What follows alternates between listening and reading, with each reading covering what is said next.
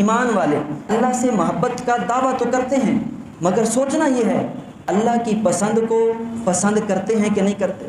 دوسرا سوال، ہم اللہ سے محبت کا دعویٰ تو کرتے ہیں، لیکن جو اللہ نے ہمیں کام کرنے کا حکم دیا وہ ہم کام کرتے ہیں کہ نہیں کرتے۔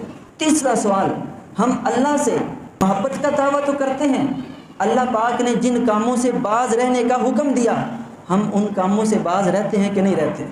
اگر جواب ہاں میں ملے تو بہترین، زبردست، ہمیں ہماری زندگی کا مقصد حاصل ہو گیا، اسی مقصد کے لیے دنیا میں بھیجا گیا کہ ہم اللہ تعالیٰ کی فرما برداری کریں، اللہ تعالیٰ کے احکامات کے مطابق زندگی گزاریں۔ اگر جواب ہاں میں ملے تو بہترین، اور اگر جواب نہ میں ملے تو کھوکھلے دعووں کا ہم کیا کریں گے؟ ان کھوکھلے دعووں کے بدلے میں ہمیں کیا ملے گا؟ یہ ہم اپنے آپ سے پوچھ لیں، وہ کسی اور سے فتویٰ لینے کی تو بات دور کی، ہم اپنے آپ سے پوچھ لیں کہ اگر کوئی دنیا دار کسی سے محبت کا دعویٰ کرے اور صرف کھوکھلا دعویٰ ہو تو اس پر کیا ملے گا؟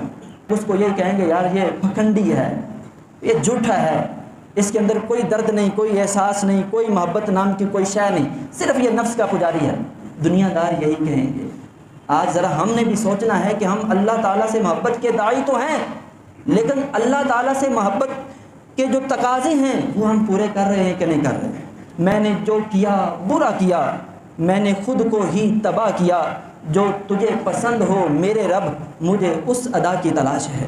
یہ محبت، جب بندہ اس لیول پر پہنچ جاتا ہے کہ جو ہونا تھا ہو گیا، اب میں اسی ادا کو اپناؤں گا جو میرے رب کو ادا پسند ہے، جب اس مقام پر بندہ پہنچتا ہے تو بندے کی زندگی کامل ہو جاتی ہے۔